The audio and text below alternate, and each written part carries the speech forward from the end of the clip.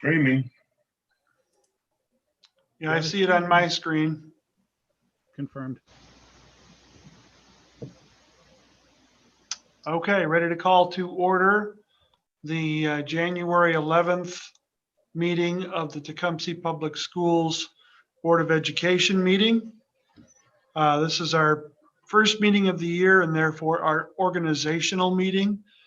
We have some procedural steps to take before we get to the agenda. We're going to start tonight with oath of office of new members. To begin with, we will start with Mr. Lewis, who will begin a 4-year term, and he will read his oath of office.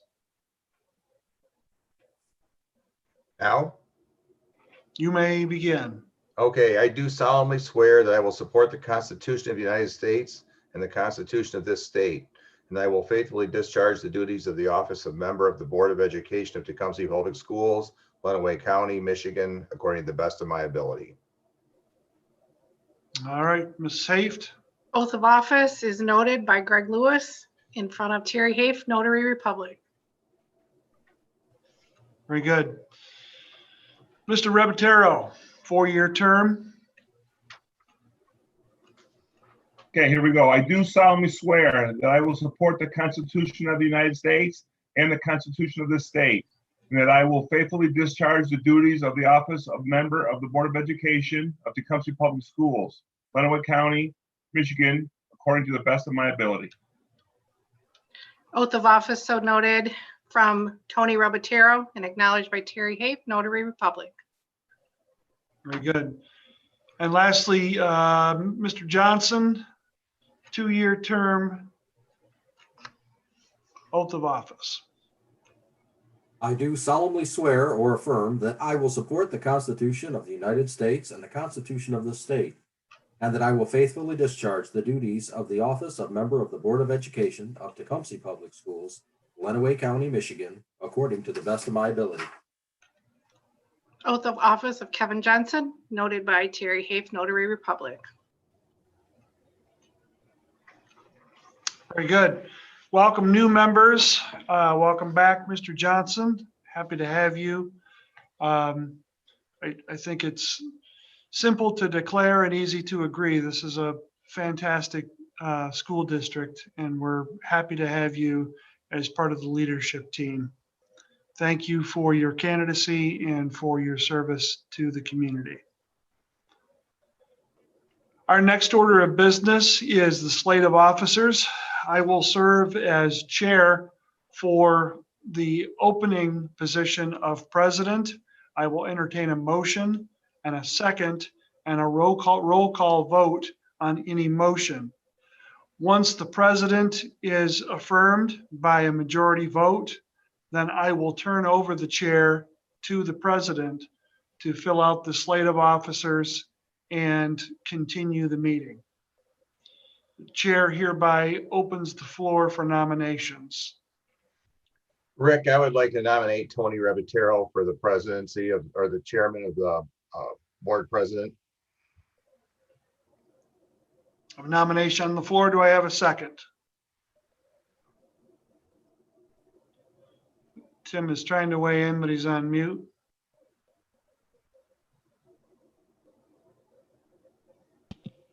I'll second that motion. Motion made by member Lewis, supported by member Simpson. Roll call vote. I'm going across my screen by order. Kevin Johnson.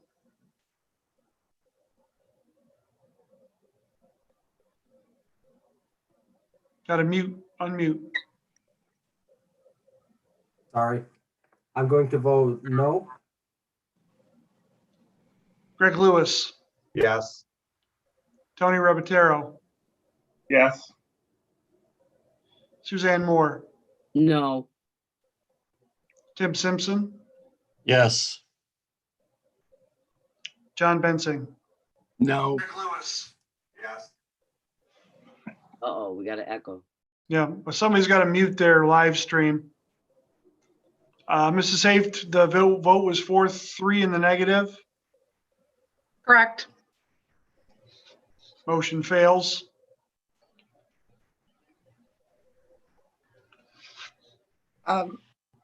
Mr. Hilderly, Yes.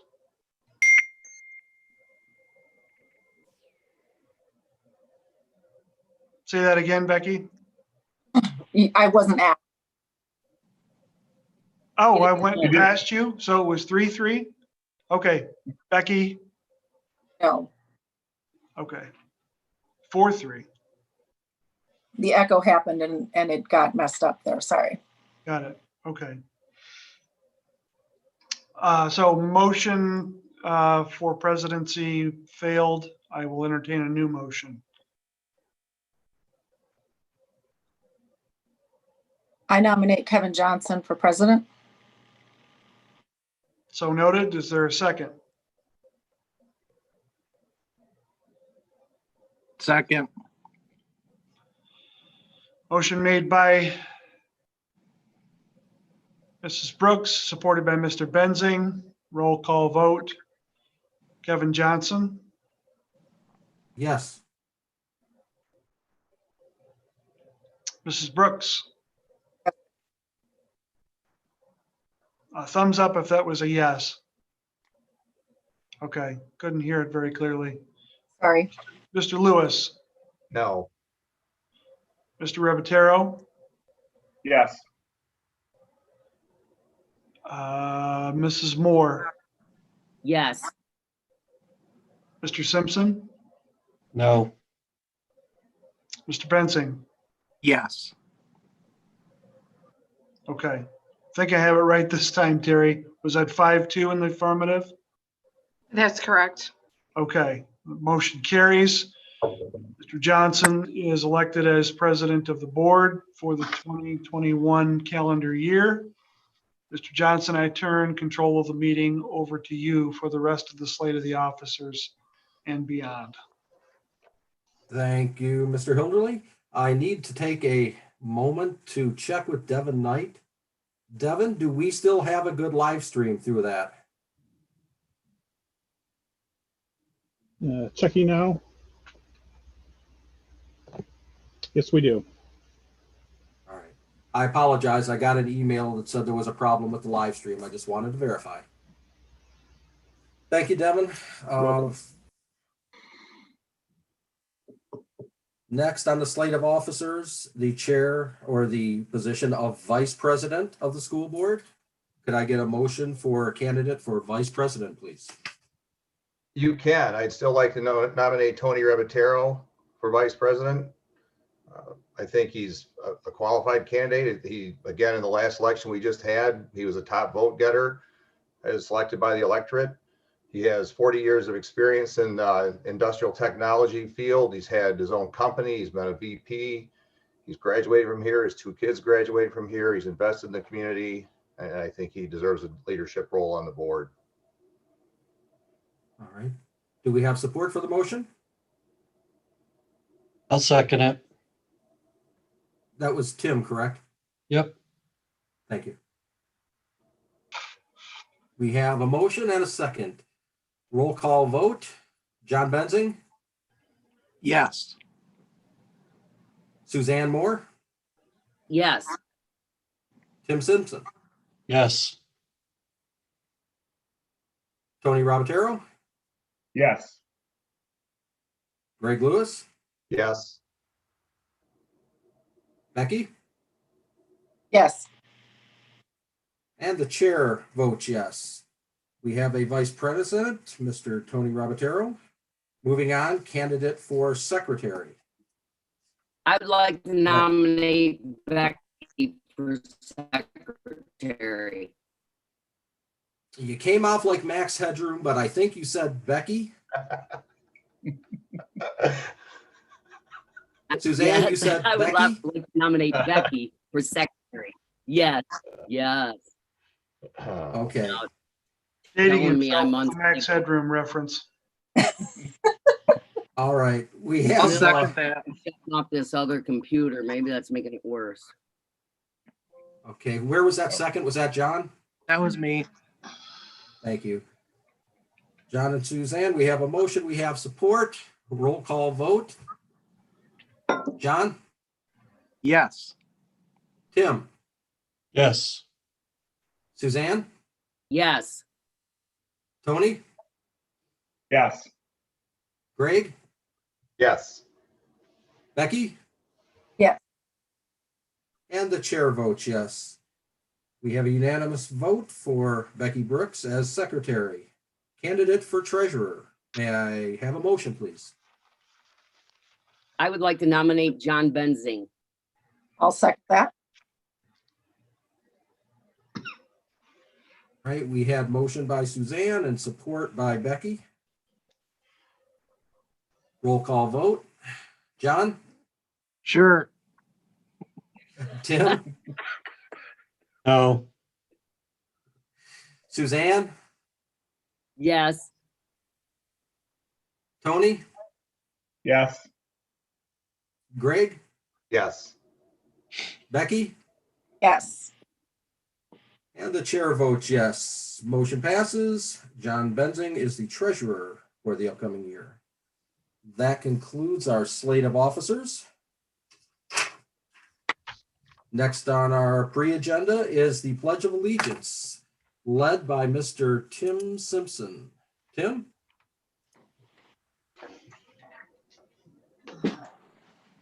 I pledge allegiance to the flag of the United States of America, to the republic for which it stands, one nation, under God, indivisible, with liberty and justice for all.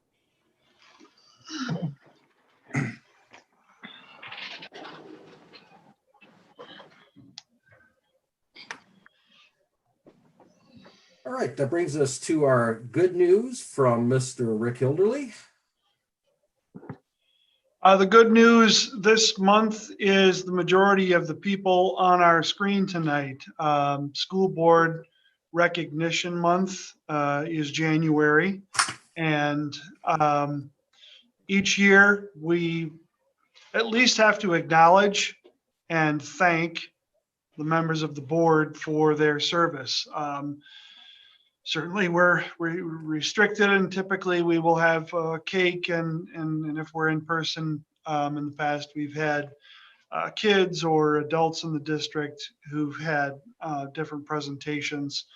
We're limited under these circumstances. If we are face-to-face in the near future, we will certainly more appropriately try to celebrate the service that you give to the community. I don't think that until you are a school board member, you realize how much of your time is consumed working on behalf of the staff and students, and the families of school.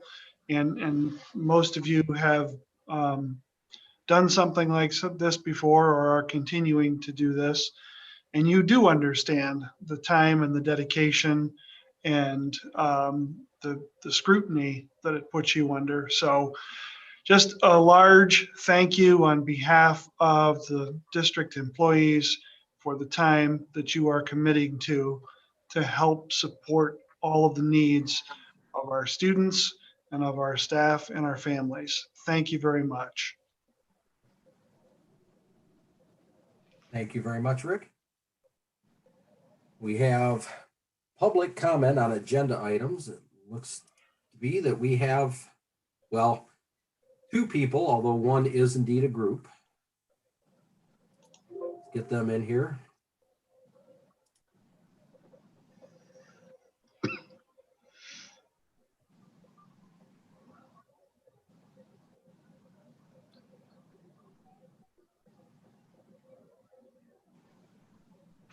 Gentlemen, are you there? Yep, we're here. All right, so you know your camera is off, by the way. Is on, you said? It's off. Oh, it's on. Hang on. There we go. Now I can see us. Good evening. How you The doing? floor is yours, gentlemen. Hi. Hi, a couple weeks ago, we had sent a letter to the Tecumseh School Board in regard to an opportunity for a proposal for the naming of a field. And I think you guys got that letter. Okay? And you had time to look that over. And what we would like to do, if at all possible, is obviously get the field. You know, nobody's ever came before and had you know, a request, you know, for naming of a baseball field. And obviously, we're not asking for the Tecumseh varsity field, the new field. This is the old baseball field that we're talking about, which the JV and the freshmen play on. And the gentleman that passed away, if you don't know the pronunciation there as far as what we have asked for, his name was Derek Nahabedian, and his nickname was Naha. And like I said in the letter, it's a pretty cool nickname. And we would like an opportunity to see if we could rename that old baseball field Naha Baseball Stadium. And we would incur all the cost if that was okay, you know. And we know it's a, you know, we know the requirements for such, you know, for such a task. All we can say is he was a, you know, just like a lot of Tecumseh baseball players, he was a nice guy, very unique. Had a tragedy this past year as far as getting the colon cancer. And but this year, it's our 40th anniversary for the 1981 team.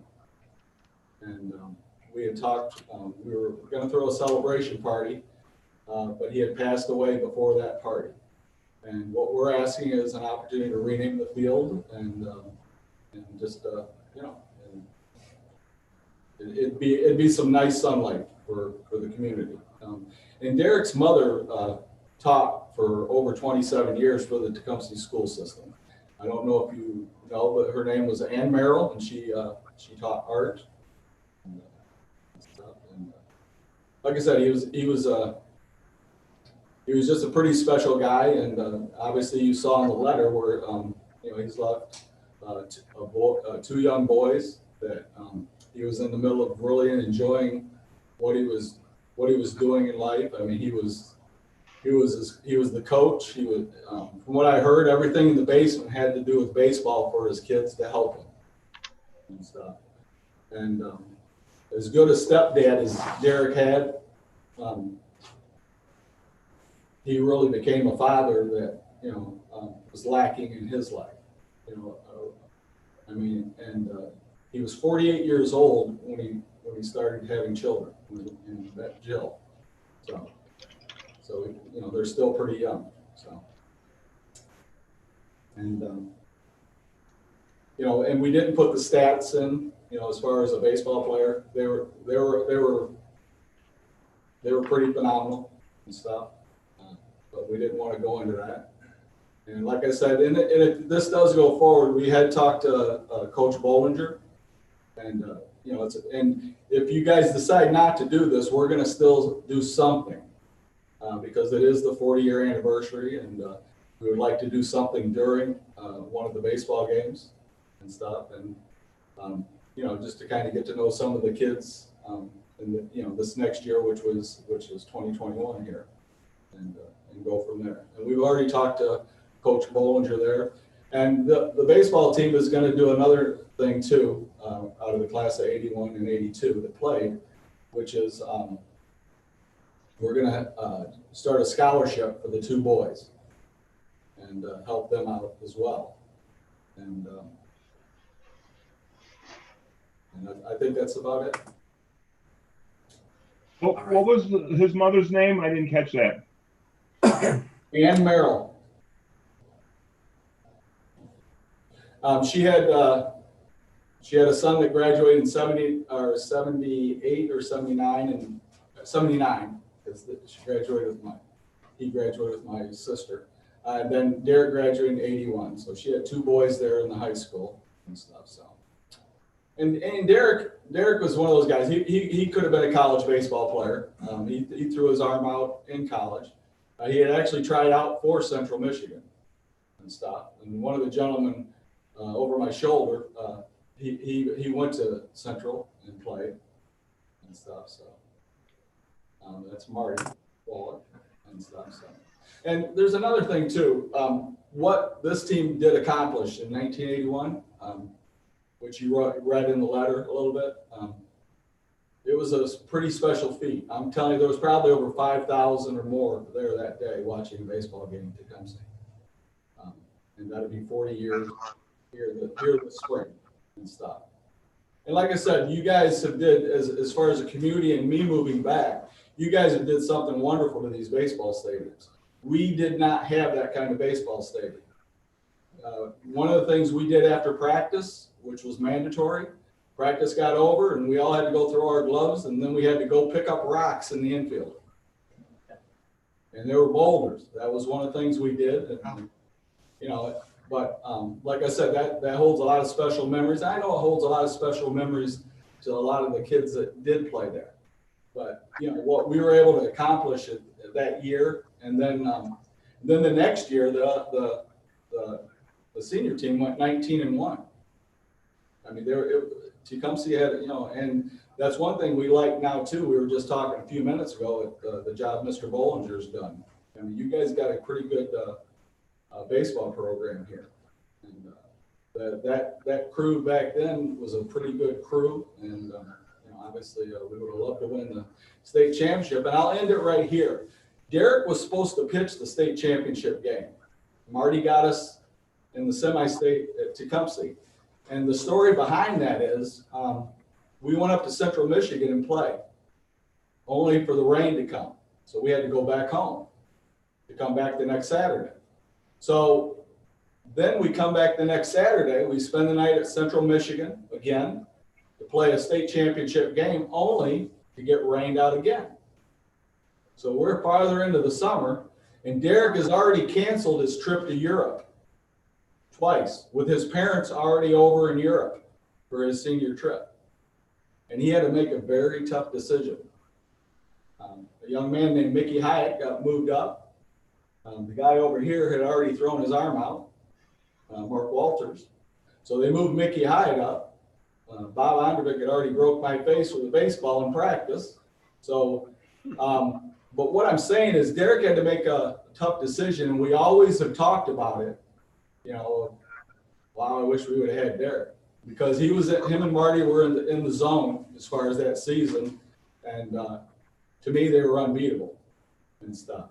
And he wasn't there. But what we had found out at his funeral was that stuck with him a long time, because when he got over to Europe, they dropped him off at the wrong airport, or they met at the wrong airport, and all he's worried about, they were telling us at the funeral, was what the score of the game, what's going on at Mount Pleasant, you know, at Central Michigan, you know, and, you know, but at the same time, here we're talking about the guy that we're trying to get a name after.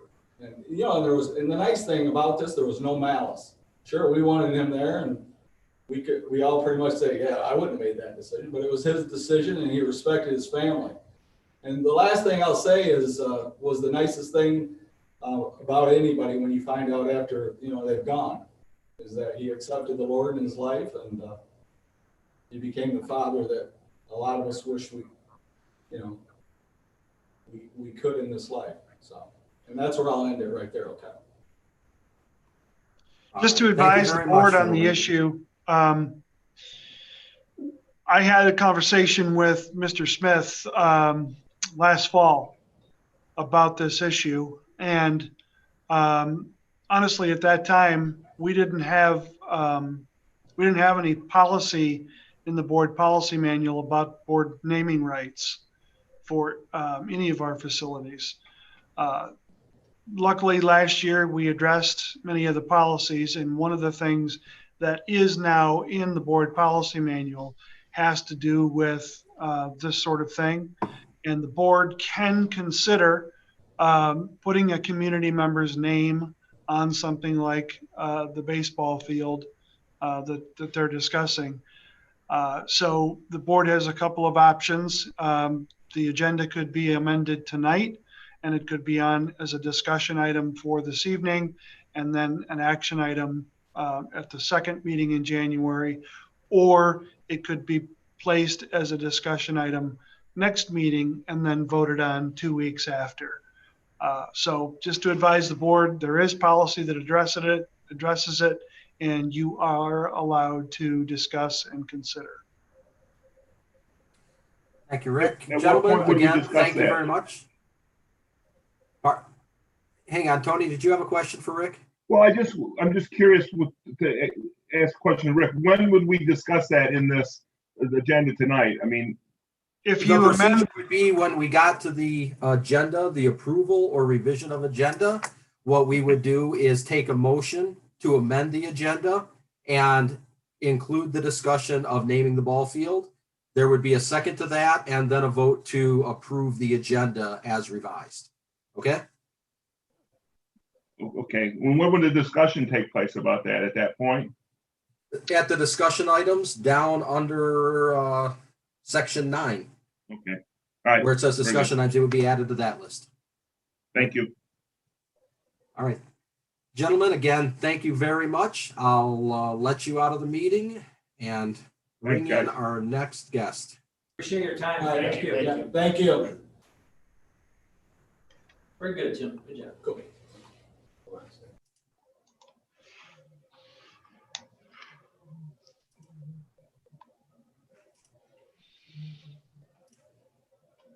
All right, our next speaker tonight is Greg Abbott.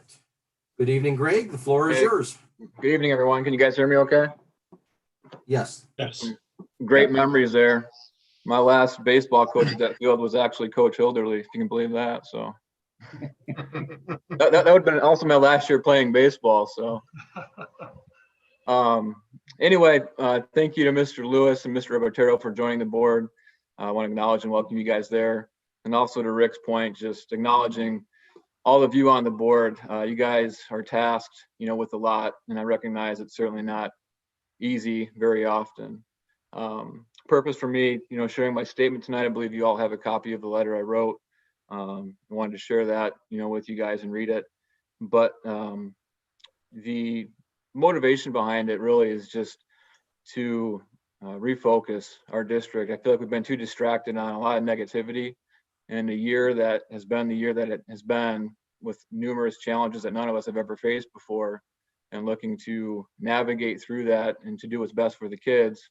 I don't feel that we've done a good enough job to acknowledge all the people that have stepped up to do that. So with that being said, I wanted to read a letter that you guys all have a copy of. Mr. Hilderly and Tecumseh School Board members, recently there was a disappointing TPS press release regarding our AD, John Zajac. In response to that article, I'd like to share the following. I wanted to take a moment to recognize and thank the real frontline leaders of our school district. These are times, experiences, and situations and challenges none of us have dealt with ever. It's easy and understandable to be consumed by them. I have, however, observed many in our district step up to the challenge to face this battle and be the leaders our students need and deserve.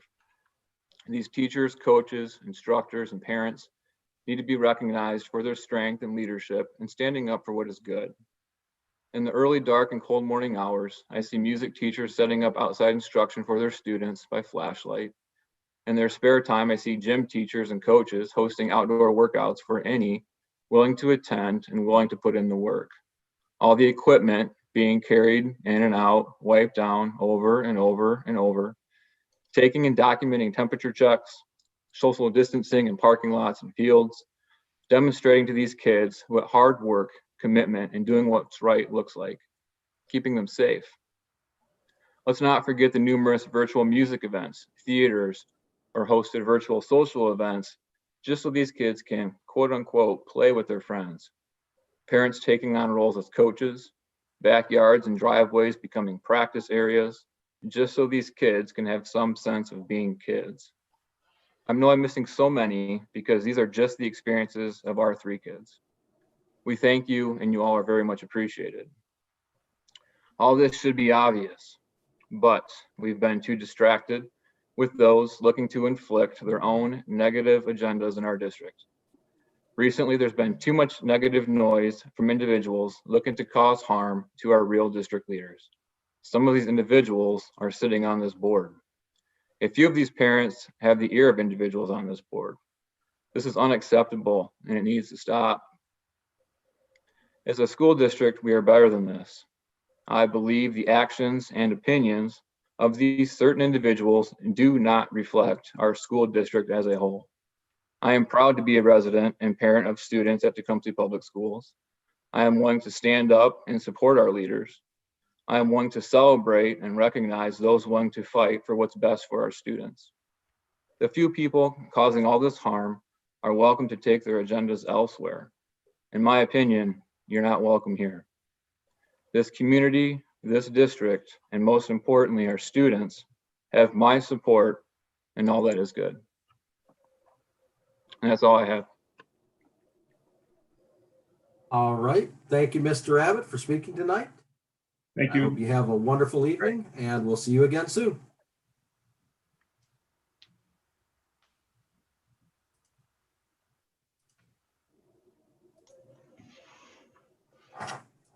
All right, that'll bring us to our revisions or approval of the agenda. Are there revisions of the agenda?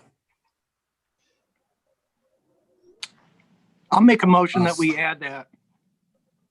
You Can you hear want, me? I would ask that we add it next time with more information about what exactly they want to do. I guess I have some questions that I wouldn't mind throwing out there to understand it a little bit better. I mean, we could have a quick discussion. I'm gonna Well, I make, wonder, We could always have. and I another- wonder if we should, sorry, Susan. I wonder if. I wonder if we shouldn't put it on the agenda next time as well, so we allow the public to know it's coming before it's Yeah. discussed. Yeah, I'm okay with having it on this discussion and discussion next time, but not to vote next time.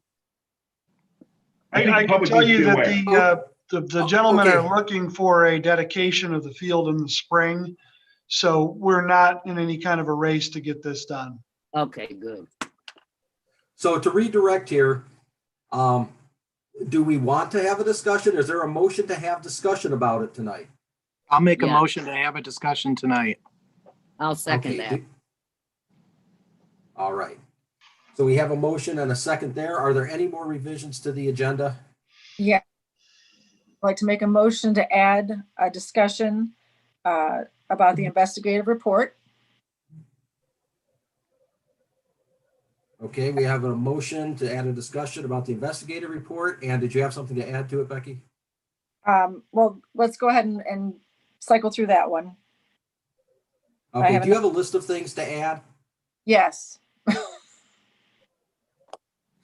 Okay. Would that be held, gonna- Becky, would that be held in the closed session? That investigative report, would that be held in the closed session? No, sir. This is a separate issue. The closed session, well, I'm let's gonna- do this. Let's back up for just a minute. I've got a motion and support.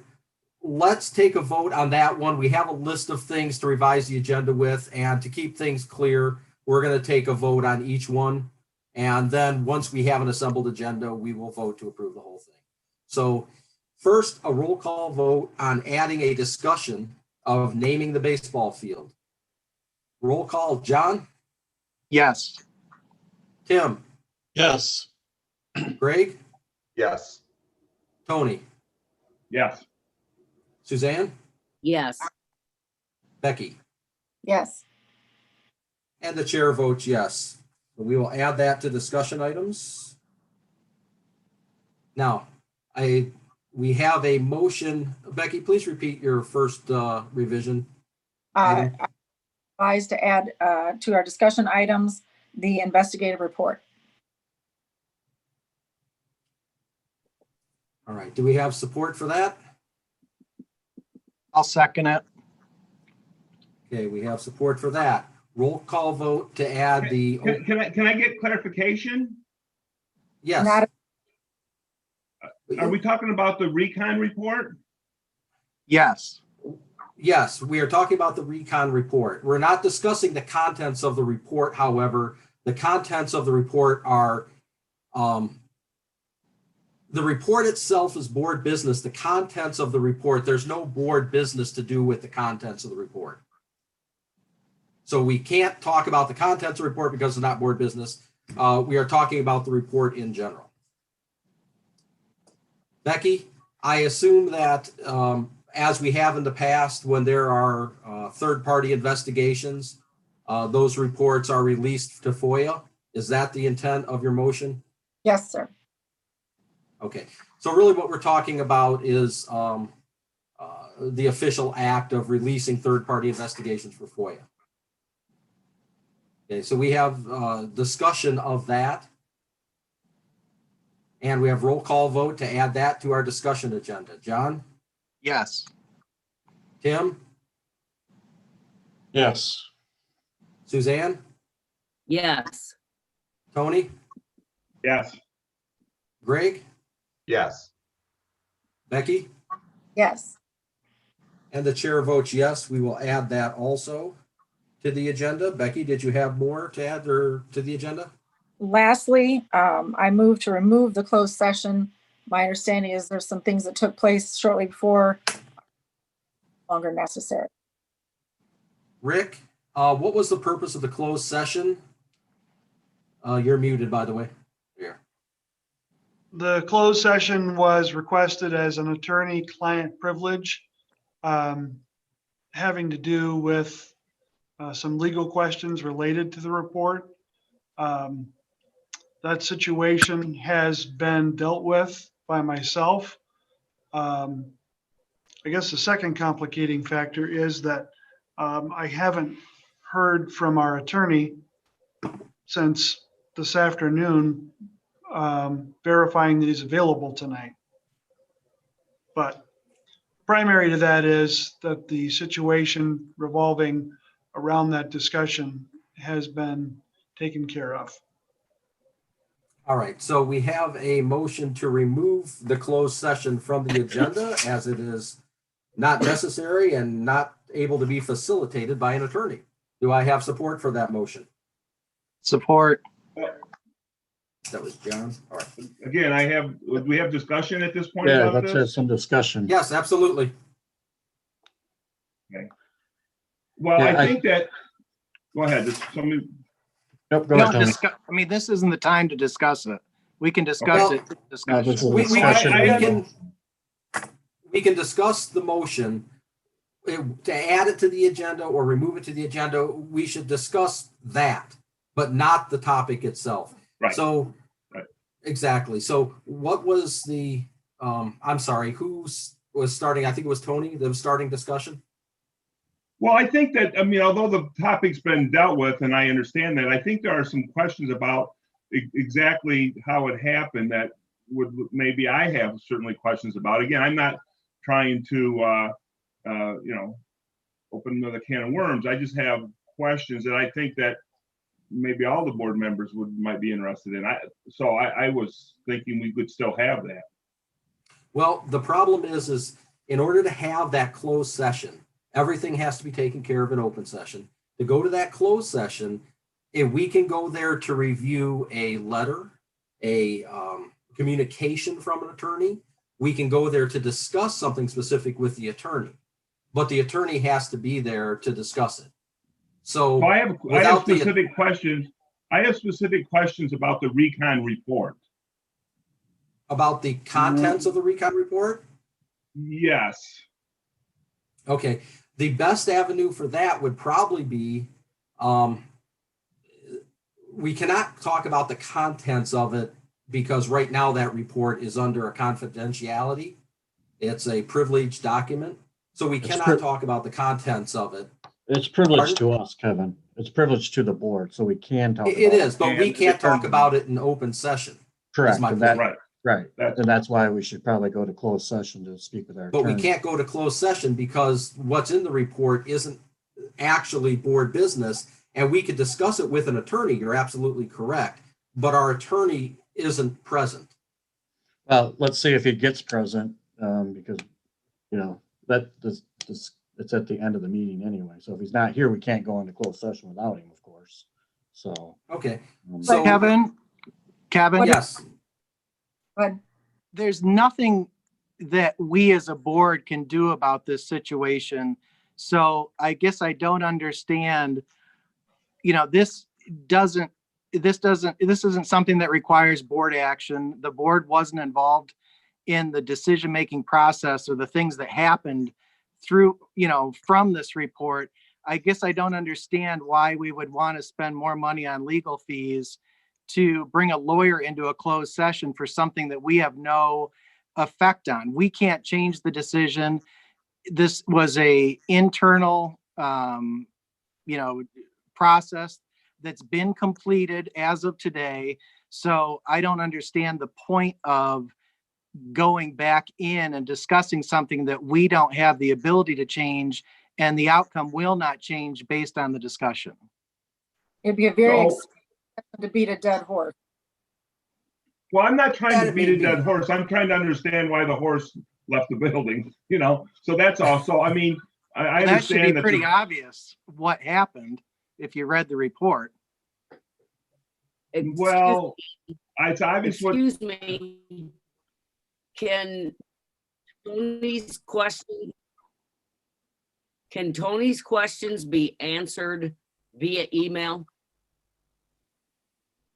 Potentially. Well, I think the best avenue at this moment, we can leave it on the agenda and we can take it off when we get there if we don't get an attorney. We can certainly go into a closed session to discuss the contents of that report with an attorney, but we have no attorney here and we haven't heard from attorneys, so I don't expect one. The so we questions have to that have an Tony- attorney to be in a closed session? We have to have an attorney For to be in a this, closed yes. session? Yeah. Yes, for this we do. Yes. So we would have to have the attorney here to be in closed session. Now, Tony, the questions you have, if you ask them directly to Rick, Rick will get the answers from the attorney and then it'll be broadcast in updates to the board as a whole. Okay, that's my question's probably the really best. aren't for the attorney. I don't know what the others are, but mine aren't for the attorney. So, all right, that's fine. That's fine. I'm comfortable with this. Okay. All right. So is there any more discussion about the closed session? About removing the closed session, sorry. All right, doesn't sound like it. So Terry, we had a motion and we had support. Motion by member Brooks, support by member Menzing, and then discussion occurred. So we need either a vote to continue. We are good for a vote. Then we'll take a roll call vote to remove the closed session from our agenda. Is that removing it or just removing it pending whether or not Ray Davis shows up? Right. We got to vote to go into it anyway, so why remove it? Right. So that is actually voting to remove it from our agenda. We already know our attorney's not going to be here, right? Don't we know? Hang on. Don't we know our attorney's not going to be here? Why wouldn't we just vote to remove it? If we know he's not going to be here, he never even called Rick back. Why would he just hop on our board meeting? He doesn't even know about it. That's true, Rick, did you send the attorney an invite to the board meeting? Sent him an invite. I tried to confirm with him today, but like I said, I haven't heard back from Ray. Again, I'm not sure we need to spend additional monies to have Ray at a board meeting if the questions can be answered. And the bottom line is nothing that we discuss is going to change the outcome I or agree. anything else. Well, some of us have questions as board members and we're allowed to ask. You can the ask attorney those as questions. well. And we do, and we don't get the right answers. So our questions don't get asked correctly. So. Oh, okay. Yeah. Okay. So what we're going to do is we will take this vote to remove it from the agenda and we'll move forward from there. If the motion does not pass, then we will take another motion or we will leave it on the agenda. It is the board's preference at that point. So to start with, let's take a vote and remove this from the agenda or leave it on. Just All right. want to mention before you take this vote, I just received a response from Ray and he is available. Okay. So everyone will have to unmute themselves. I see a lot of muted microphones. Roll call vote. John? How are we voting for removing Voting it? yes to remove it. Yes to remove it, no to leave it on. Yes. Tim? No. Suzanne? Yes. Tony? No. Greg? You're muted, Greg. Sorry, I vote no. I just have procedural questions I'd like to hear from the attorney. I know I'm not trying to change a decision, trying to understand how it was derived. Okay. Becky? I didn't hear you, Becky. Because I didn't vote yet. Oh, I'm sorry. Becky? My personal opinion is it should be removed. It's unnecessary, but as there are board members with questions that seem to think that their questions weren't answered, I'll vote no. I never asked any questions. It's my first meeting, so That wasn't directed to you then, Greg. okay. All right, so the chair will vote no, and that will leave this as a 5-3. We will leave it on the agenda, and we will see if the attorney joins us. Rick will contact him, be in discussion with him while we're in the meeting here. And are there any more revisions to the agenda? All right, doesn't sound like it. Could I get a motion to approve the agenda as revised, please? So moved. I second. I think I heard Becky, and who threw the second? Was that Greg or Tony? Both of us, you choose. I'll go with Tony because his box has a little yellow thing around it. All right. Roll call vote to approve as revised. John? Yes. Tim? Yes. Suzanne? Yes. Tony? Yes. Greg? Yes. Becky? Yes. The chair votes yes. Agenda is approved as revised. First item on our agenda is a monthly finance report from Kelly Glenn. Good evening, Kelly. Good evening, board. Just quickly go over the monthly reports, and of course, if the board has any questions, I'd be happy to address them. And then after the traditional monthly financials, I will also address some questions that the board members sent to me via email. I'll address them as a whole to the board. Here's the tickle in my throat. Cash on hand as of the end of December from the various bank accounts is $10,819,480.57. The check register for the month of December was provided to the board. It had a total of checks of $407,001.94 that was paid for the month of December. Total revenue for the period of July 1st through December 31st is $15,307,244.15. Total expenditures for that same period is $807,328.53. The board was also provided with some comparative revenue reports comparing fiscal year 20 to the current year, fiscal year 21. The same for expenditure reports. And then also I included this time quarterly reports for the pool. If you recall, pool reports used to be a monthly report. I'm now providing those on a quarterly basis. So this is the ending of the second quarter for the pool. Pool revenue for the second quarter is $158,275.84. Most of that is derived through tax revenue. And then total expenditures for the same period is $98,422.10. Any questions on the normal monthly board reports? Okay. Well, looks like you did well. You got the pass from John even. Right. But I will, Trustee Robertero had a question on the check register this month. I'd like to address that to the board as a whole as well. He was questioning, my apologies, the Presidio payment for $60,000. What that is in fiscal year 1920, Tecumseh Public Schools was awarded a $190,000 safety grant, which was to be utilized on security cameras. So that $60,000 payment is the last installment on that grant, given that the last of the work that was done completed in December.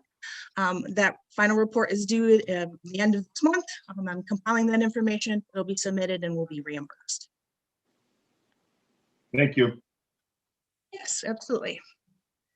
And then Trustee Simpson also had some concerns regarding the CARES Relief Fund, otherwise known as the CRF grant. That was provided to the board as well. That CRF grant was CARES Relief Funds that was passed by the federal government, submitted to the state, and then the state was then a pass-through entity onto schools. That funding was just a little over 941,000 for Tecumseh Public Schools. There were, because it was CARES Relief Act funds related to the pandemic currently that we're experiencing, there were some different stipulations than typically traditional or typically more federal grants. Not only was there a time restraint, these funds had to be used relatively quickly. They had to be used all by December 31st of 2020. And then as it was rolled out too, more and more guidance came out. So when the initial funding came, you know, we weren't aware of how we could spend the money or what restrictions would be on it. And as more guidance trickled out, we did receive more money on things that we could use it on.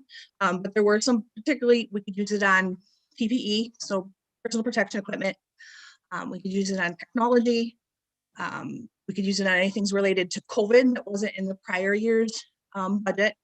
And then at the very last moment, we got some traditional guidance, some non-traditional. Normally federal grants, you can't buy capital items. With the CRF, we got some new guidance at the very last minute, like in late October, that said, hey, you can use the CRF fundings also for like HVAC or in particular air quality issues. So at that time, you know, Tecumseh decided as a whole that we wanted to utilize some of those funds for purpose. And then also, I also had concerns like Board Member Simpson did, do we need to go out for a bid for this? Because it would be over the traditional bid threshold. I provided some communications, you can see that. Not only did I contact someone from the state, but I also contacted our internal auditor and said, hey, given our time constraints, we still have to use this money by December 31st. It is a pandemic emergency situation, you know, and this directly impacts the health and safety of, you know, students and staff in our building. Do we need to bid this out? And the answer was no. So given that stipulation, we went ahead with ordering that HVAC revision and update. As for other items on the CRF, the computers were bid out. My understanding before I got here in this position, that they were bid out as well. But as for additional purchases, blanking, not my tongue, excuse me, additional purchases for those grants, as long as the district was utilizing a state provided vendor, which we did, we did not have to bid those purchases out as well because those state provided vendors had already gone through the state bid process. What does our board policy say on bidding? Yes, so that was recently passed, I believe in one of the November ones. And as long as the board is, if it's an emergency situation like these CRF funds are, again, I'm still dealing with the situation that these items had to be spent by December 31st. We could go without the bid policy. What was the emergency? Time constraints and the health and safety concerns. On computers? All these funds had to be used by December 31st. Okay, definitely. Okay, thank you. Yep. Kelly, was that it for Kelly. the questions from the board? Yes. Was that it from the questions you were emailed from the board? Correct, yes. Before I ask my question, I just heard somebody start to speak. Was it Greg or Tony up in that corner? I just said thank you. I just said thank you. Okay. Kelly, there is this vicious rumor out there that we have COVID funds version 2.0 on the way to the district at some point. Is there any information about timeline? I think that Superintendent Hilderly had talked about putting a committee together to target improvements for those funds for health, safety, and pandemic support. yes, that vicious rumor is true. We will be getting CARES Act money 2.0. It'll be based on, if the board recalls, the first flush of funds that we received called the ESSER funds. It's more based on that funding. So it's going to be typically, I haven't heard the official number yet, somewhere between 4 to 4.5 times what we received from that first initial ESSER funds money. If that's the case, the company will be receiving just a little bit over $750,000. And as for time restraints, this one I believe goes through December 31st of 2022. That's what I've heard thus far. Right, and because we have that additional time, as you mentioned, Kevin, we will take some time to really try to pinpoint some of the needs. The committee that was mentioned basically will be my principals and directors. Will bring some recommendations, and we'll use our typical process of passing those recommendations through the district budget committee, have them on as an agenda item for discussion, and then have them on for final approval. So we won't be in as much of a hurry, and we'll definitely slow down the process and follow our typical board guidelines for purchasing.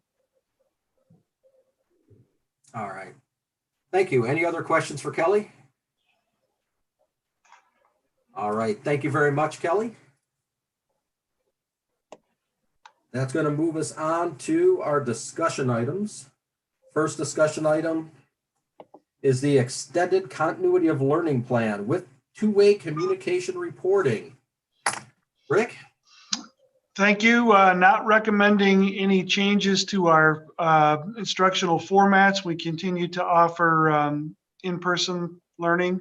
So we're a bit ahead of the curve in terms of other areas of the state. The governor is setting a goal for all schools in Michigan to offer some version of face-to-face by March 1st. So we're continuing to offer that, and we're responding to COVID issues and quarantine issues from time to time. But right now, in general, our face-to-face is up and running. We also have the distance format, which is real-time, our schedule, our people, our curriculum, and then the Tecumseh Virtual Academy that allows families to be more flexible with their time. So no changes in the formats. I'll talk a little bit later in the superintendent's report about a tweak that we may be making, and it has to do with scheduling for our 7 and 8 buildings. So I'll keep you informed about that. But no changes in the extended continuity of learning plan this month. And then you should have the updated numbers for the two-way communication, which continues to be pretty high for us. I saw that we had a total of 3 students last month that didn't meet the standard, and that was it, correct? Correct. We're at an all-time low. That's a good job. Well done. Yeah, our people are trying to be relentless. I believe that all 3 of those students are TVA kids, and unfortunately, we're just not always able to get a response. All right. Any questions, commentary? All right, looks like we're good on that. We're going to move ahead to our resolution for May 2021 recreational millage election. Rick, did you have some more information? Just a reminder that this is the renewal, 5-year renewal for the support, the $250,000 that comes in to support the operations of the community pool that is in our facilities and on our grounds. It doesn't completely pay for it. There is a contribution that the district makes, but this makes up the lion's share of the support. The issue needs to be addressed in May because the current issue runs out July 1st. If we wait longer and take it to the November election date, then we would miss one collection, and then that money would be something that would have to come out of the general funds of the district. So we're trying to get this set up for a May election. All right. Are there questions from the board about it? Yeah, so I guess there's a long list of action items, from Troon about the whole steps. Who actually is responsible for executing those? Action items. Let me see. There's a calendar that comes out, says this, this has got to be done by this date, and this has to be done by this date. The Okay. wording has to be presented. Okay. Yeah. There are The certain board things that I have approved. There are certain things that I have to bring the board to have approved. Some of it has to do with the county clerk.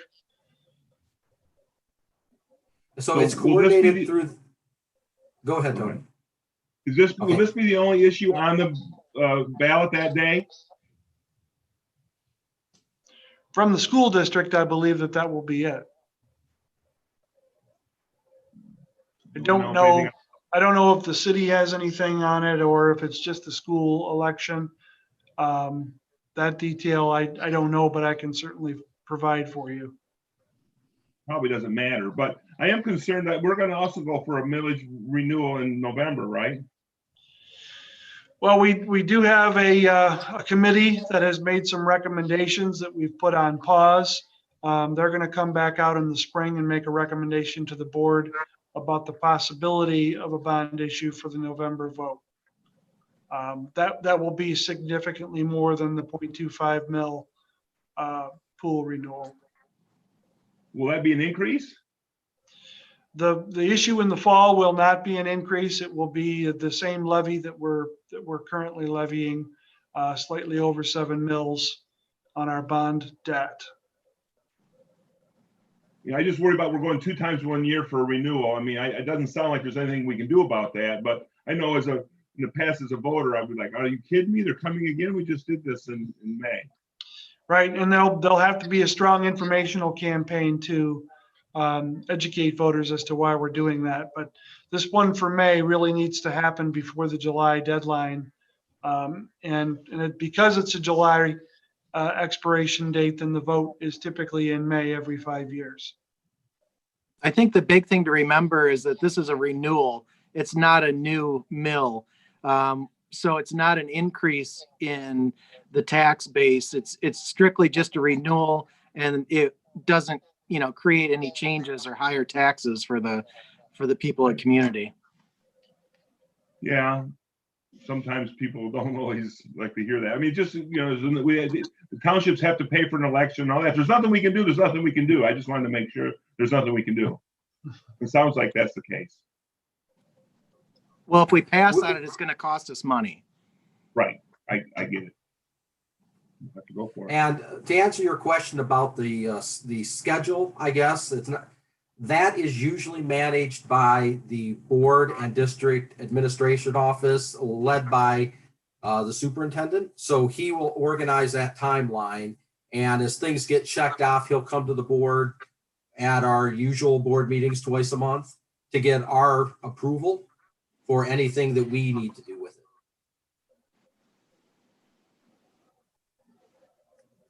All right, thanks. Yep.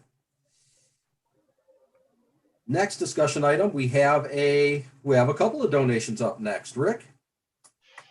Yes, Kiwanis Club of Tecumseh, $1,000 donation. And those, aside from the donation, I just want to say how happy I am that the Kiwanis Club continues to meet without fail every Tuesday morning for several months now in this virtual format, carrying on their business, and then still also finding ways to raise funds to continue to support many of the great programs that they are traditionally supporters of. So urge the board to accept with our gratitude the $1,000 donation from Kiwanis. All right. Thank you very much, Kiwanis. We have a second donation. Rick? At another donation, actually walk-in, got to see an old friend who anonymously donated $200 to the Tecumseh Athletic program. In general, specifically, it was earmarked for girls basketball. All urge right, the board thank to you accept very that with much gratitude as well. for that anonymous donation. Thank you. Next item on our agenda is the discussion of naming the ball field. Who would like to open the discussion? I'll start. Or go ahead, Rick. Just to review it again, this group is going to be celebrating their 40th anniversary of that state finals appearance. They had a member of their team recently pass away, Derek Nahabedian. They're asking to have the field that they played on, that is currently on the campus of Compass, frequently referred to as the Bowl. The last time that I coached a sport was on that field. And they are asking to have that field named Naha Field, in the honor of Derek Nahabedian and his nickname. They simply want to have a dedication ceremony along with a celebration of that anniversary. They have a couple of members who are going to construct a sign, probably attach it to somewhere, maybe along the back of that back screen, and it will continue to be referred to as Naha Field. I believe that the policy in the board manual says that naming rights can only stay in place for 5 years unless otherwise stipulated. So if the board entertains a motion, you'll have to keep that in mind as well. Hey, Rick. Yes. I think it's a great idea. My only question is that have people come to the district in the past and have we ever denied this? That would be my only concern is if, you know, people have asked for us to do this in the past and we've said no for whatever reason. I just want to know what that precedent is. You know, I would have to defer maybe to some district historians. I would say maybe Ray Schmidt would be somebody who would know far enough back to really call it a good consideration. I know this, I know that previous to this year, the board didn't have a policy on the naming rights. So this is the first time that the board has had policy, at least recently, that they can rely on to say, here's why we are maybe changing course on this or deciding to set a precedent on this. I read their letter in the entirety and I'm all for it. I think it was well thought and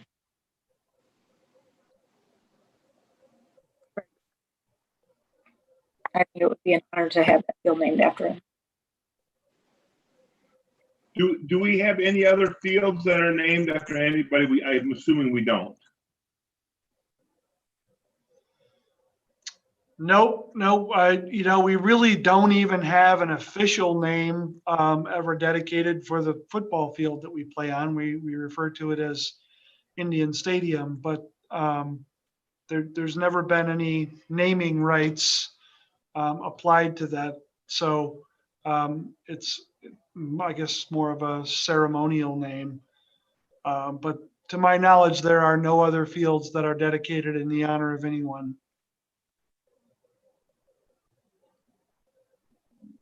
Yeah, off top of my head, I mean, I'm glad I didn't realize till today that they're just talking about the field down at the old high school, and not the new school. So I'm much more in, favor of it. I was just worried with everybody that contributed to the new field, what might arise from that. So Right. I think as from what I know today at this moment, I think it's a good idea. I do feel comfortable that we should put it out for the public in case there's something we're missing on that and vote on it next time. But I mean, right now, Right, there would have to be a motion to suspend the rules and vote on it tonight. I would suggest that a little more information gathering could be done. And as I said earlier, it's not time sensitive. They're talking about a dedication in April or May. I guess I would like to know a little bit more about exactly where the sign goes and, if there's a certain improvement they would do in conjunction with the sign, or if it's just more strictly ceremonial. Okay. I just got a notification that, that one of the dugouts on the new baseball field is, as a dedication naming, Van Etter dugout, for the work that Tim Van Etter did. So we do have a precedent of a community member having a naming right, in this case of a dugout. That makes sense for Tim Van Adder. He worked hard on that. Absolutely. I think though, I think John's point is the right one, because if we even inadvertently come up and say, okay, yeah, we're gonna tell them, and we all like the idea, but if we do that and somebody else got turned down 7 or 8 years ago, it's probably gonna cause bad feelings. And maybe, like you said, Ray Schmidt would be the person to ask. I don't know any other veteran teachers around here that may know anything more about it. He would know who else could help him. Okay, yeah, we could get in contact with Ray and pick his brain a little bit and find out if there's any, potential for this to have a bad taste.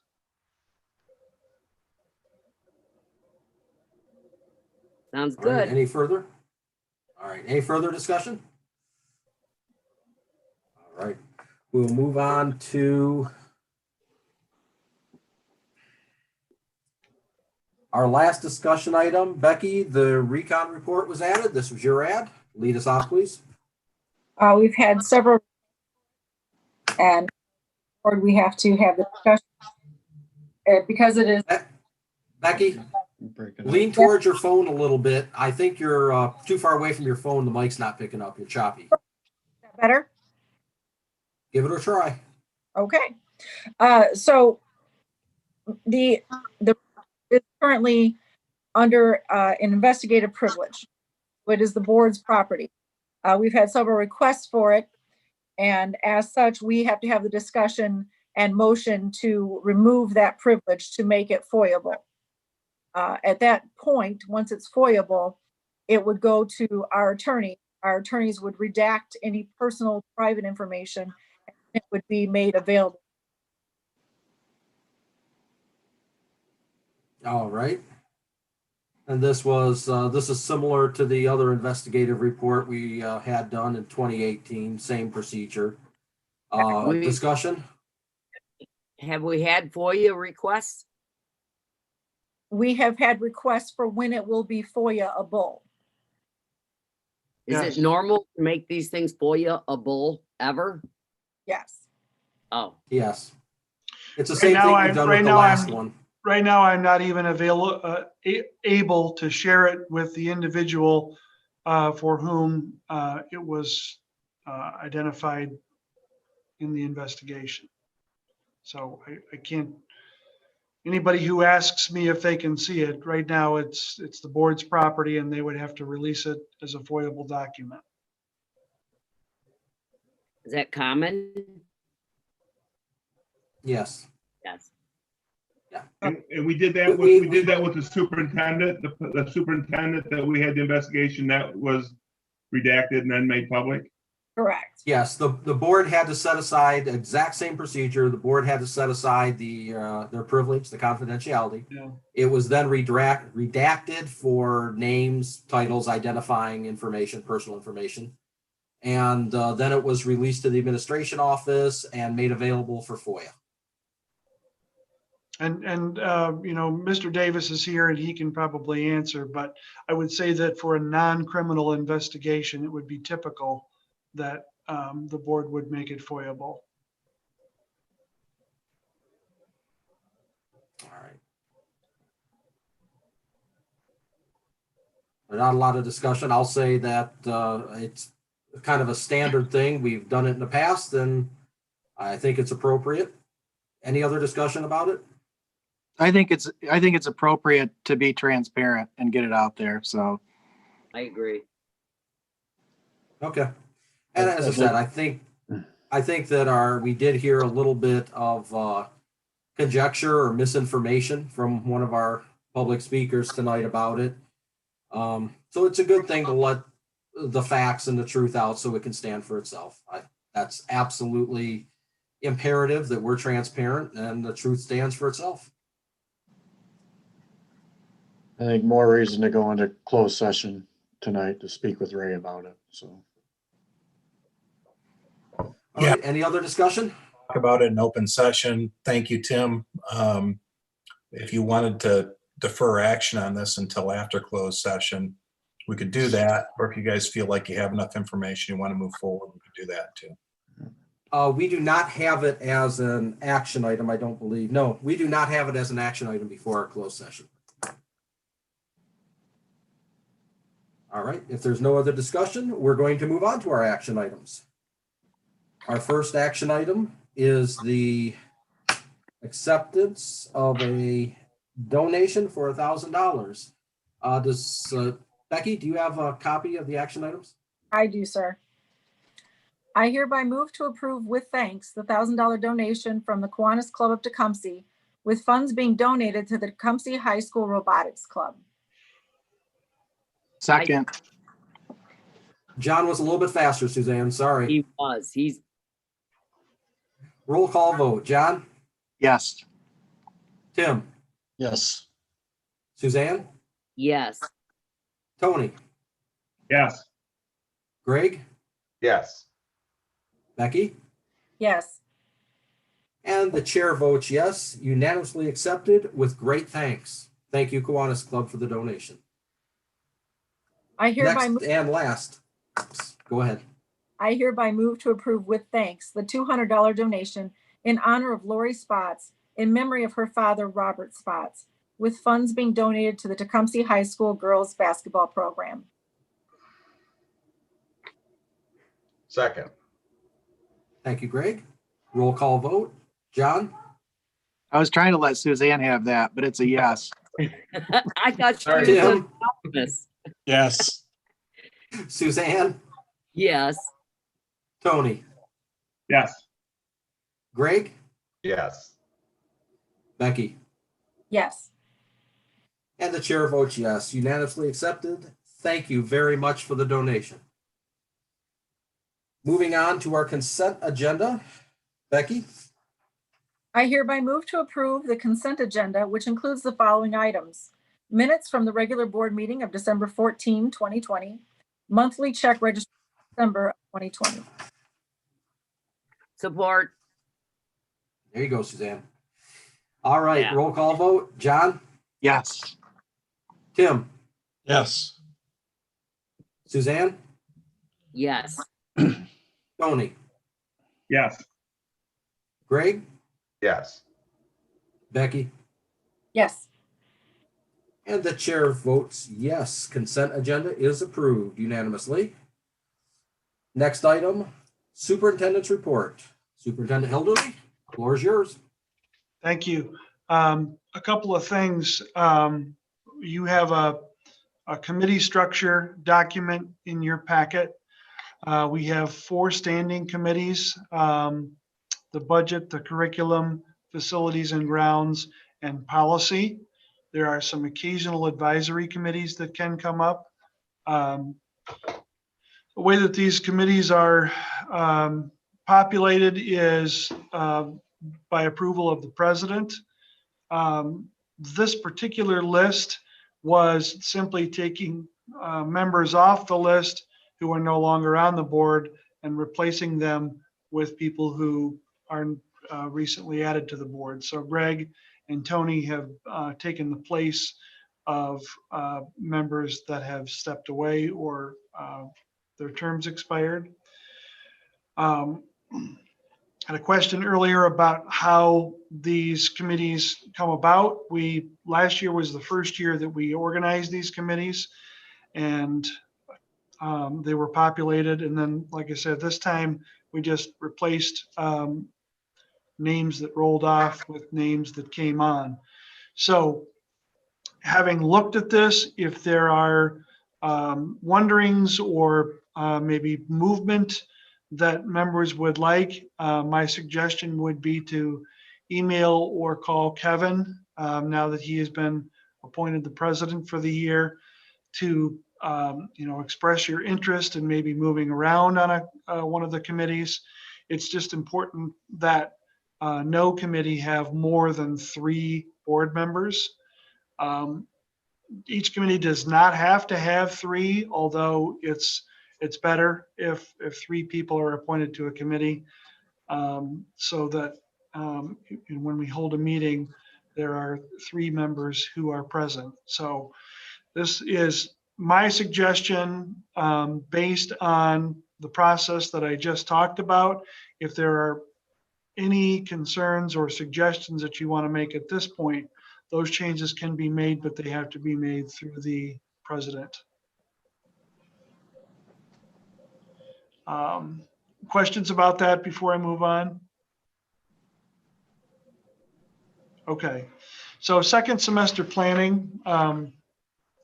Today, I spent the afternoon walking through all of the K-8 classrooms with John Laney, the TEA vice president. And, that was, John really enjoyed the experience because he doesn't get into the elementary classrooms, he admitted. I think we decided that the kindergarten desks are a little bit more like footstools for him. But he really enjoyed it, and so did I. What we have done, because we have surveyed parents who are either in the distance format or in TVA, and we've asked them, as we said we would, whether or not they were interested in coming back face-to-face with the new semester that takes place on February 1st. And each grade level has a different number of families who would like to come back face-to-face. We have a very few groups of people who are saying that they want to go into either distance or TVA. Most of the people are saying that they'd like to come back face-to-face. We don't, however, want to crowd our classrooms to the point where we are not achieving the social distancing that we would like. So the association and I walked through the classrooms, and we administratively have some suggested cap numbers at each of the grade levels and in each of the classrooms, because not every classroom is the same square footage or has the same layout. So we proposed numbers room by room, and then Mr. Laney and I went through those rooms to get their input on how they feel our numbers compare to what they believe would be realistic. There were no objections from Mr. Laney. Seemed to think that the numbers that we're considering are realistic, and we're not interested in jamming kids into the point where they would be unsafe or our staff would be unsafe. So we're still below contract maximums by a good bit. So that was beneficial. And earlier I talked about a tweak that we may be considering. We have a lot of requests to come back face-to-face, specifically in 7th and 8th grade, because those kids are physically bigger, because the desks that we use in those spaces are bigger, and because the classroom sizes are not necessarily large enough to support it. Then we're probably going to have a couple of decisions to make. One of the things is that we could tell people that we just don't have the space and that we're going to have to put them on a waiting list. Or we could consider a hybrid format like we have at the high school just for 7th and 8th grade, considering that those kids could potentially stay home during the day in a hybrid format where they would be in attendance 2 days a week and in distance 3 days a week. That would allow us to add back all of the people who are requesting to come back, but cut their numbers in half for actual face-to-face attendance. Now, because that would be a change in how we're delivering instruction, we want to take a little bit of time to ask the parents of those students if they would support a hybrid format, or if that would cause them to just stay where they are in their distance learning. So we've got a little bit of time before February 1st. Jacob and I will be communicating with those families to get their impression on just how they would feel. If we decided that the max cap room in those classrooms was 25, would that change people's minds about wanting to come back face to face? So we've got a little work that we need to do to gather information about how comfortable people are. Those walkthroughs today, we heard from staff members about their comfort level with adding more to the classroom or going into a hybrid format where they would maybe have to teach some synchronous classes where there would be kids on screen and in attendance at the same time. So a little bit more to work out. I think case 6, we've got things pretty well squared away with numbers and spacing. 9-12 for the foreseeable future, we will stay in the hybrid format. The 7-8 question is something that we're going to deal with here in the next week or so and get parents those answers before the February 1st startup of the second semester. So that's where we are with our planning, just really 2 grade levels to get ironed out. Those are the only 2 things that I have on my report, unless you have questions or anything that I can tell you more about. I do have a question on the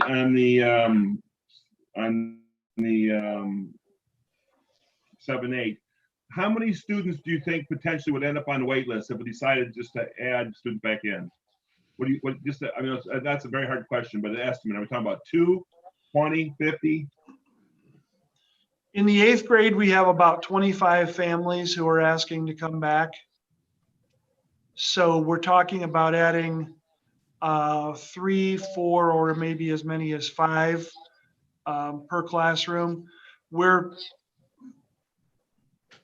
numbers fluctuate in the 8th grade depending on the math program. We offer 3 different levels of math in 8th grade.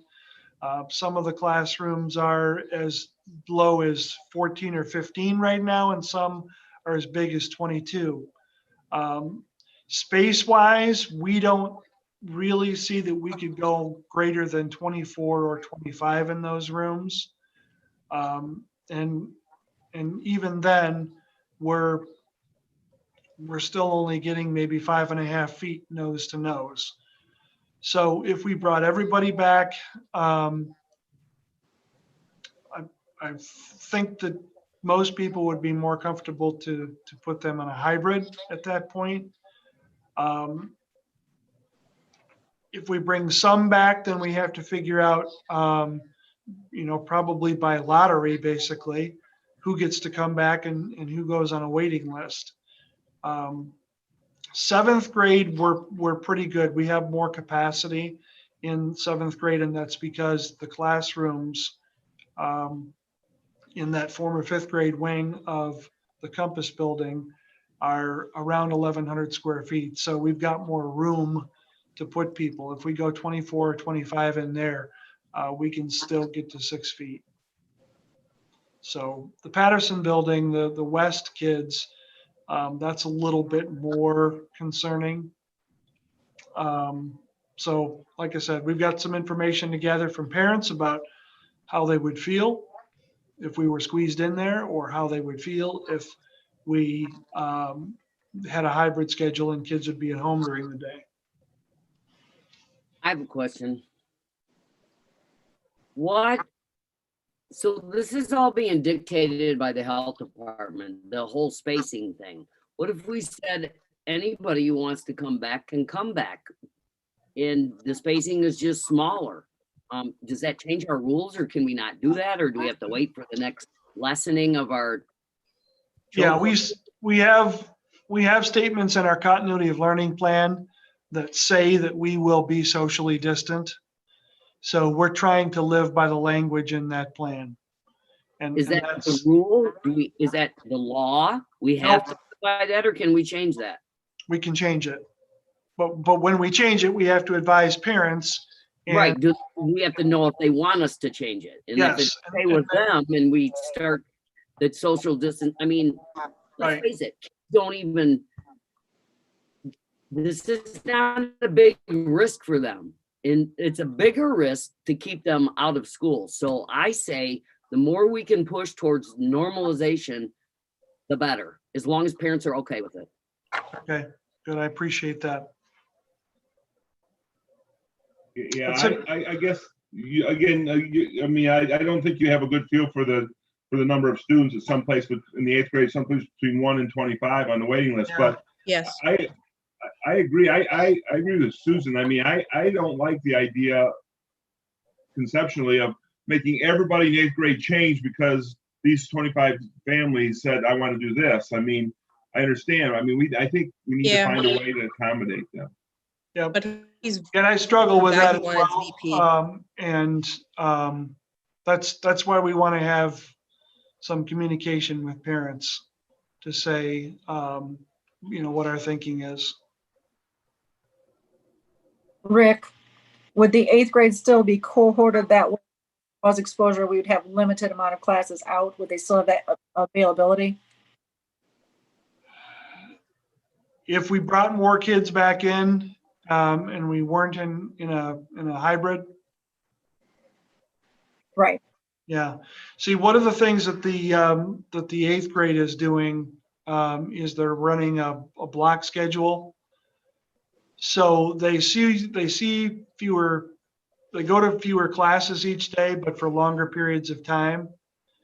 And they're cohorted. Those class times are about 1 hour and 55 minutes. We haven't tested it yet with the health department. The health department guidelines usually are if you've been in the same room with the same people for 2 hours, that they quarantine the whole group regardless of how far away you've been. We have ours set in 1 hour and 55 minutes. As I said, I haven't tested that with them yet. They may just say, no, 1 hour and 55 is close enough. We're quarantining those people. So the way that their schedule runs, it may or may not matter how many kids are in the room. Okay, thank you.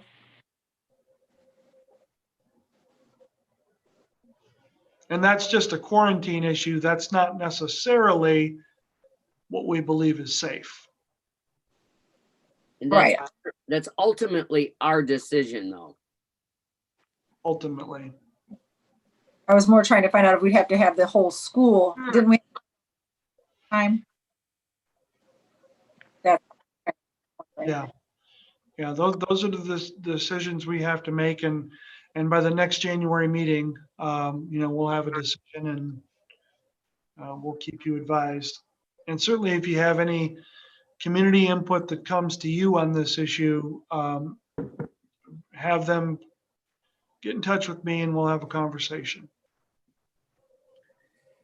Suzanne, there's a have a conversation about pushing hard towards normal. Suzanne, the delineation that needs to be made is the health orders that come from the state, that come from Lansing. Those we don't have any latitude in. Those are directives that are rooted in Michigan law. Okay, they are hard and fast. These are the rules we're going to follow. However, when it comes to social distancing and such, those come from the health department. Those are best practice recommendations, and we do have some latitude in there. However, we just don't want to stray too far from the guidelines that they put forth as best practice. Right. You'll remember back in the summer when we talked about this, that the return to school roadmap had requirements, strong recommendations, and recommendations. Those were the 3 tiers of what they asked people to do. We tried our best to honor all of the strong recommendations in addition to the requirements. There were a couple of different variations. One of them had to do with masks in the elementaries. We have since changed our ground on that and are requiring masks because that's the new health order. And then the other one was social distancing at the high school, which we are now not concerned about because of the hybrid at the high school. So if we change how we're going to look at spacing in any of the classrooms, in this case, the 7-8 classrooms, then we're going to have to amend that continuity plan, the extended continuity of plan that we talk about every month. Are we making any changes?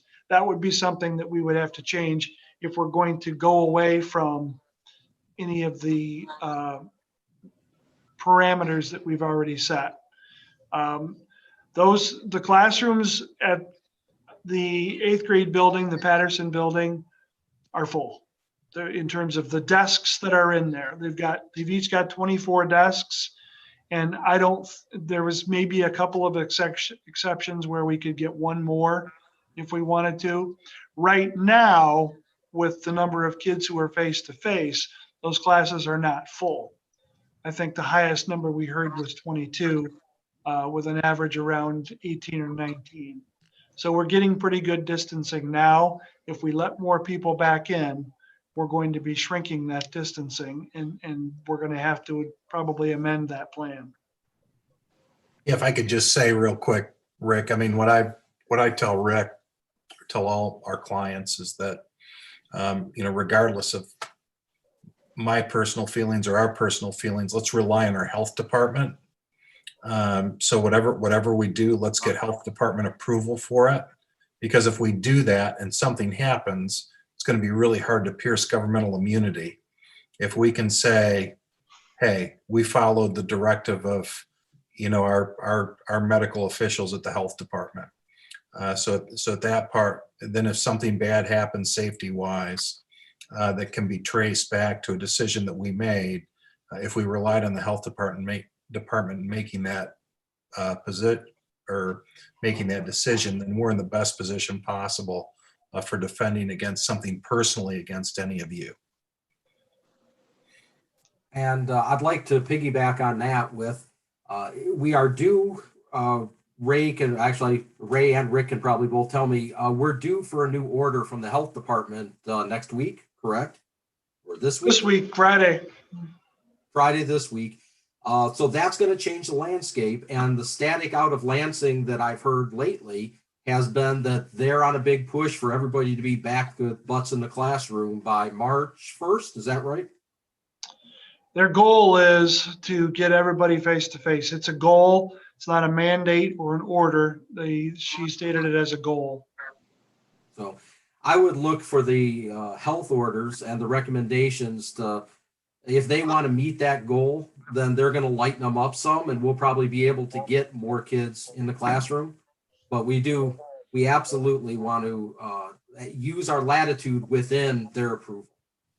We don't want to play health department and put our necks out there to change the recommendations of any health professional.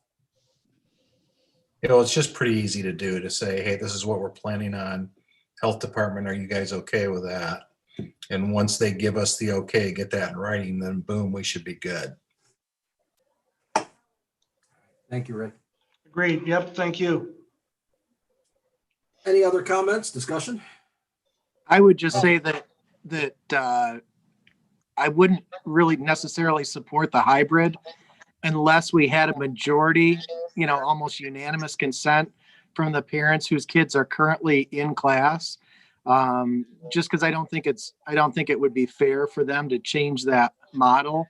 And I think Rick said it enough times, we all agree with it. Their best learning experiences face to face, and that 7th and 8th grade years, those are pivotal years for these kids. So I wouldn't personally support any of them going to a hybrid for the 7th and 8th grades.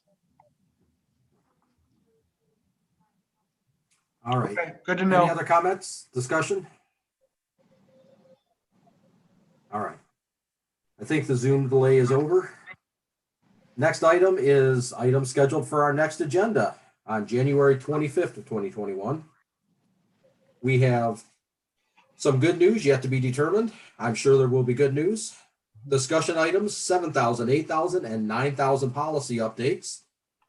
Action items, extended continuity of learning plan with two-way communication reporting, and resolution for the May 2021 recreational millage election, which will bring us to our closing. We have public comments. We did not have anybody sign up for public comments.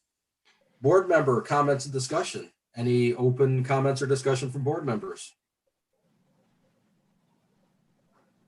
All right. Wait. What? Wait. Sorry, Tony. Sorry. So I guess just a couple of Yeah, things and I real got quick. I two. know we're okay. I know we're pushing 20 to 9, but I wanted to just say, I'm honored to be nominated as vice president. It's really a pleasure sitting on here with all of you. I look forward to working together and doing what's right and building a strong system, school system. Having said that, I just wanted to recognize before Christmas on our social media page, my wife was kind enough to show me there were, I think, actually 3 different YouTube presentations, one by the strings orchestra, one by the choir, and then a virtual art show. And those were really outstanding. And whatever staff members were responsible for that should certainly be commended, because we really enjoyed those, and I was quite impressed with the efforts of our students. So thanks to whatever staff members were involved with putting that together. Good. I'm glad you mentioned that, Tony. Thank you. I just That's wanted all. to thank you for your effort in navigating this COVID and trying to always do what's best for kids and your faculty. And I got to commend you. Thanks. Yeah, it's a skill I never wanted to onboard, but No, here it this is. I don't have. Yeah, put that one on your resume, Rick. See where it gets you in the future. Hopefully nowhere. Oh, I don't, my resume's dead. All right. Any other board member discussion, comments? All right. That's going to move us on to our closed session. Could I get a motion regarding the closed session, please? Pursuant to Public Act 267 of 1972, Section 8H, to consider material exempt for discussion or disclosure by state or federal statute, attorney-client privilege information. I move that we adjourn to closed session. I second. All right. Do we Support. have support? Thank you, Tony. You're too late again, Suzanne. Tony got you. All right. Roll call vote. John? I beat Tony that time. Yes. Tim? Yes. Suzanne? Yes. Tony? Yes. Greg? I've lost Greg. I think you joined. He went and joined. He's a joiner. You already joined the breakout room, I bet you. All right. Let's go on to Becky. Yes. And the chair votes yes. That motion passes. One board member absent from the vote. We will enter closed session. Everyone has a pop-up, I believe. Yes. All right. I will join you after I secure the meeting.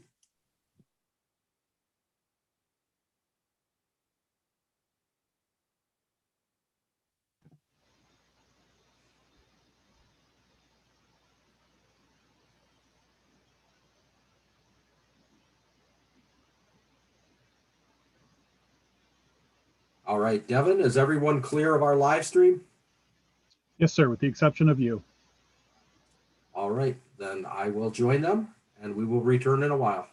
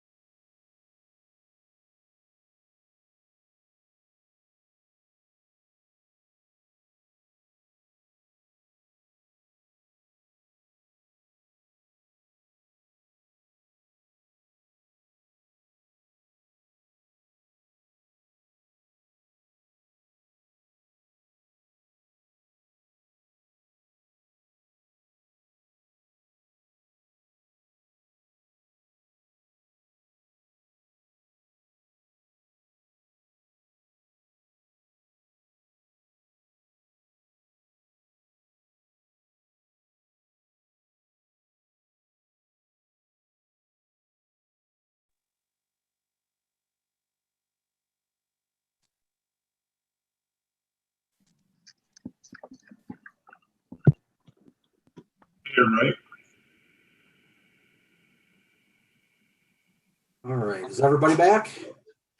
Yep.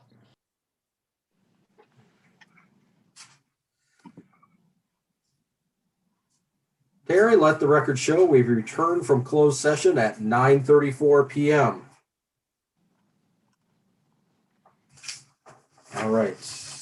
Is there any motion? For God's sakes. Action from the closed session.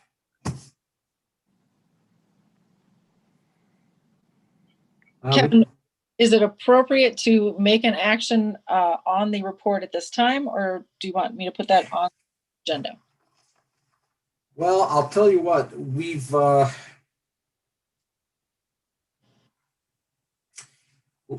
let's go ahead and make the motion. If there's support and it passes, then we will honor that. If it doesn't receive support or doesn't pass, then we'll put it on as a discussion item for next agenda.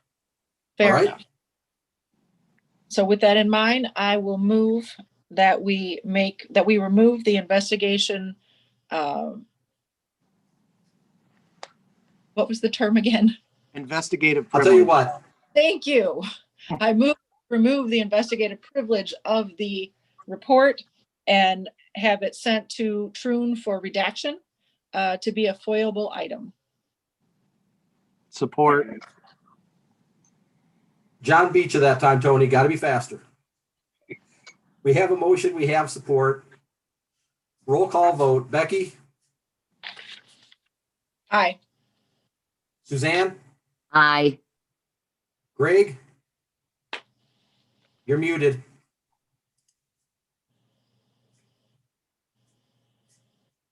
Who did you say? Aye. Sorry. There's Greg. Tony? John? Aye. Tim? Aye. And the chair votes aye. We have passed unanimously. The report from December 2020 from Recon shall be redacted and made available for FOIA requests. That brings us to our adjournment. Could I get a motion? So moved. Second.